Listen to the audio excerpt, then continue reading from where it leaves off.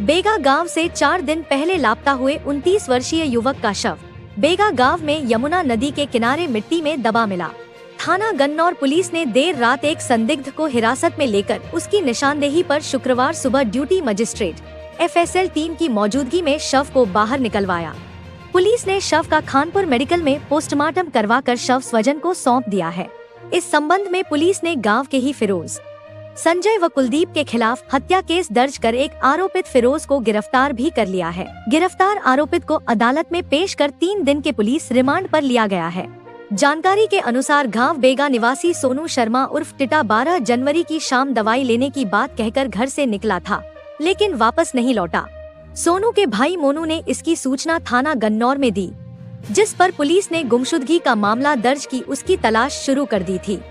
गुप्त सूचना पर पकड़ा गया फिरोज सोनू की तलाश करने के दौरान पुलिस को गुप्त सूचना मिली कि फिरोज व उसके 2 अन्य साथियों ने मिलकर सोनू की हत्या कर शव बेगा गांव में यमुना नदी के किनारे मिट्टी में दबा दिया है।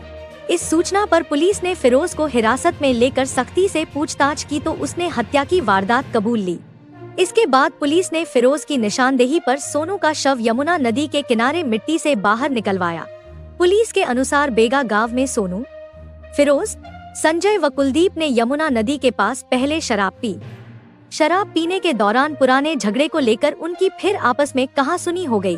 आपसी कहासुनी झगड़े में बदल गई, जिसमें फिरोज, संजय और कुलदीप ने सोनू की लोहे की राड से सिर पर वार कर हत्या कर दी। इसके बाद आरोपितों ने शव को यमुना नदी के किनारे हाथों से गड्ढा खोदकर उसमें दबा दिया। पुलिस जांच में सामने आया है कि मृतक सोनू का आपराधिक रिकॉर्ड भी रहा है। सोनू पर अवैध हथियार रखने और गवाह को धमकाने के मामले में 2 केस थाना गन्नौर दर्ज हैं। वहीं खरखौदा थाना में सोनू पर अवैध हथियार रखने व लूट के संबंध में 2 केस दर्ज हैं।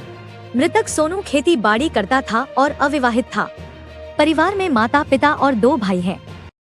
14 तारीख को मोनू निवासी बेगा की कंप्लेंट हमारे को मिली थी, जिस पर हमने गुमशुदगी का मामला दर्ज किया था।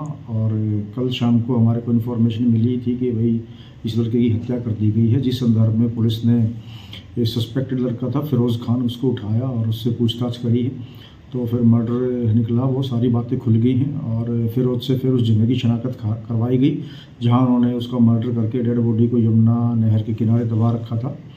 डेड बॉडी हमने ड्यूटी मजिस्ट्रेट अपॉइंट करवा करके डेड बॉडी को निकाला है और डेड बॉडी को पोस्टमार्टम के लिए भेजा।